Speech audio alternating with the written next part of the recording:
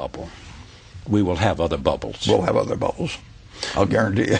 Are we going to go back to the same kind of leverage? Not for a while. We learn lessons, and they last for a while. And the deeper the wounds, to some extent, the longer they last. I was a beneficiary of that. I mean, I got out of school in 1951, and all my competitors were still worried about the Great Depression, and my memory wasn't good enough, so I had forgotten.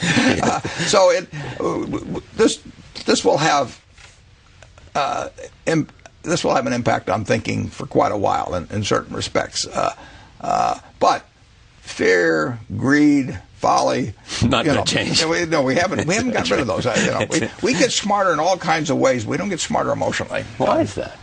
It's just the way the human animals put together. Yeah. The memory fades, and all of a sudden the new temptation is there. Yeah, and plus being greedy can be fun for a while, I guess.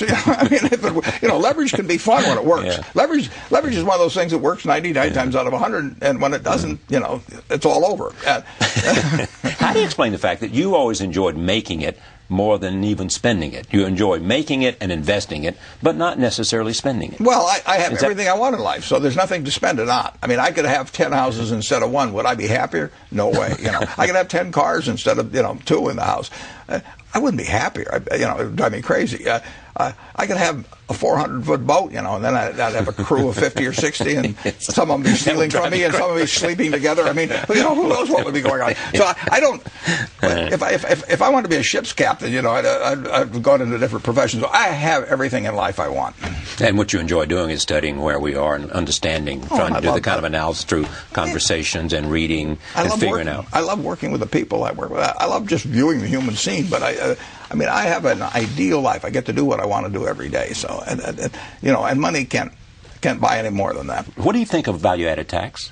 Well, I basically don't like it because it's somewhat akin. It isn't the same, but it's somewhat akin to a sales tax. I mean, it has. It's regressive. Yeah, it's regressive, and we don't need more regressive taxes in the United States. That's why you don't like cap and trade. Yeah, well, that's right. In terms of the way it falls on people, yeah, absolutely. I think that if we're looking for more money, we ought to look to guys like me. I mean, I am still paying a lower rate on dividends and capital gains than my cleaning lady is, in terms of her payroll tax, just to start with. And so I just think that we've gotten so far out of whack in terms of who's been prosperous in recent years, and most of the economy, most people have been left behind. So we learned that a rising tide lifts all yachts.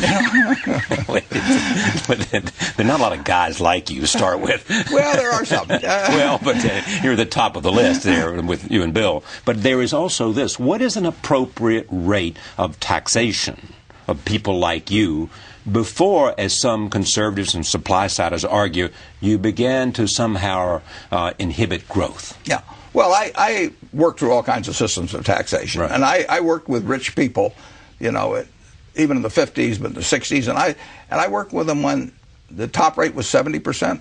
I worked with them when capital gains rates were 39.6%, and not one of them said, it's 1 o'clock, instead of working this afternoon, I think I'll go to the movies because my marginal rate is so high. I mean, if anything, they worked harder, Charlie. The reason they got rich is because they worked hard. I never had one person. I had hundreds of people, in the partnership, and not one of them ever came to me and said, Warren, I've decided to hell with it. 39.6%, I'm not going to invest my money. What would they do with it? Stick it under mattresses? Does that mean that the American system is, in a sense, a bit unfair and geared to the rich? Well, I think it has become more geared to the rich as time has gone by, and I think that the rich have, obviously a disproportionate impact, on how Congress behaves. And money and politics. You basically have to, if you have a very rich country with a great number of super rich, you have to fight against a plutocracy. I mean, the Congress has to be your bulwark for the principles of democracy to win out over a plutocracy, and we've done that well in this country.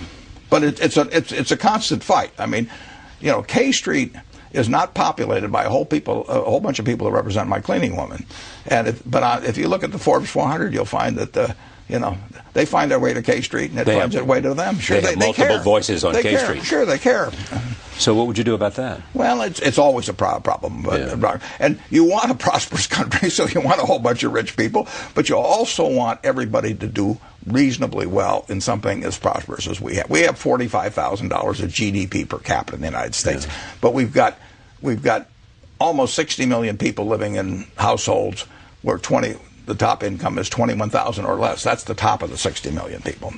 So we can do better. Now, we have done better over time. I mean, we put in Social Security, and we've done things in the country that have worked in the direction. Medicare, Medicaid. Yeah. But a prosperous country should not just be prosperous for the people like me who are wired in a particular way at birth. No credit to me, but I happen to know something about capital allocation. It wasn't, I could have been wired, so I was, I don't know, a great ukulele player. but there's more money in sometimes you can be both. But. Yeah, well, not often. Not in this case, anyway. But there's more money in what I do. And you don't want to mess up the market system that works to bring out of people what their best talents are. But the market system is not perfect in any kind of distribution of wealth. And taxation is a way where you get to the excesses of what the market system produces, and where you take care of the people that get the short straws. In a country as prosperous as we are, nobody should get a really short straw. Some people are going to hear you say that, and they're going to say, Warren's talking about sharing the wealth. There he goes. Yeah, well, I'm talking about sharing the prosperity. There's no question about that. I am prosperous because of the society around me. Stick me down in some poor country, and I'll walk around saying, I allocate capital, and they'll say, so what? What we need is a guy with a strong back, and I don't have a strong back. Can you row a boat or something? Do something like that. So society, listen, when a couple of middleweights fight it out on pay-per-view this weekend, and get $49.95 from me or whatever it may be, and I can't remember their names 2 weeks later, they are benefiting, not because of their own talent that much, but because some guy invented television and then invented cable television and learned how to change a stadium of 15,000 people into a stadium of 300 million. So they benefit from society. We all do. And some, like me, benefit enormously from society. I can't do it by myself. Stick me on a desert island, and you do not want to be on that same island. There is this also. The Bush administration says that when the economic crisis came, they treated it with a tactic, which was doing what they did. They worry that what the Obama administration is doing is a strategy to put in place a different attitude about the relationship between the government and the economy. Yeah, I don't think the Obama administration wants the government to take over the economy, but they did. They took on a situation, and incidentally, I give credit to the Bush administration in that last 4 or 5 months of 2008. I mean, a lot of right things were done. I mean, when George Bush said, if money doesn't ease up, if money doesn't ease up, this sucker can go down. Now, that was one of the most profound economic statements ever made. I mean, he became the economist in chief, as far as I was concerned at that point. But so I give them credit too. But the Obama administration, they're not running General Motors because they want to run General Motors. I mean, it isn't like that Barack Obama grew up with some great itch to run the whole American economy. They're doing what. Oh, he might want to buy a railroad, though. Yeah, well, that's said to be a fun game. Can't buy it from me. But go ahead. It's a good point.